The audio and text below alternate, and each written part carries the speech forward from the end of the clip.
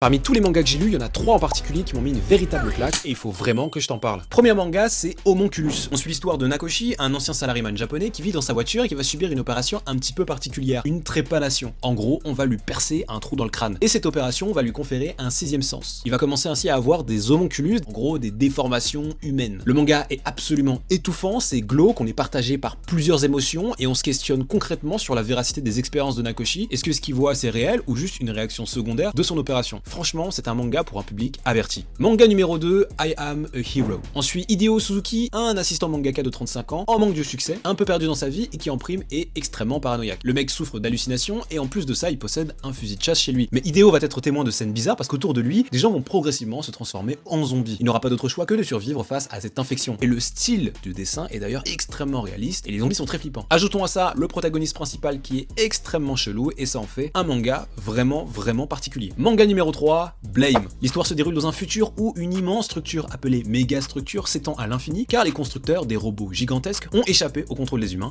et continuent de construire sans relâche la ville. Le monde est ainsi labyrinthique, contrôlé par des machines autonomes et dangereuses et les humains vivent en isolement total. Dans tout ça, on suit Kili, un cyborg solitaire équipé d'un pistolet surpuissant qui parcourt la mégastructure à la recherche du gène terminal net, une mutation génétique supposée permettre une connexion avec le réseau central et donc arrêter ces fameux robots constructeurs. Blame, c'est un manga très immersif et très surprenant, on a très peu de dialogue, ce qui nous laisse la liberté d'interpréter absolument beaucoup de choses. L'univers est vaste, sombre, dangereux et les dessins rendent compte du gigantisme de la mégastructure. C'est clairement un doux mélange entre horreur, SF et action.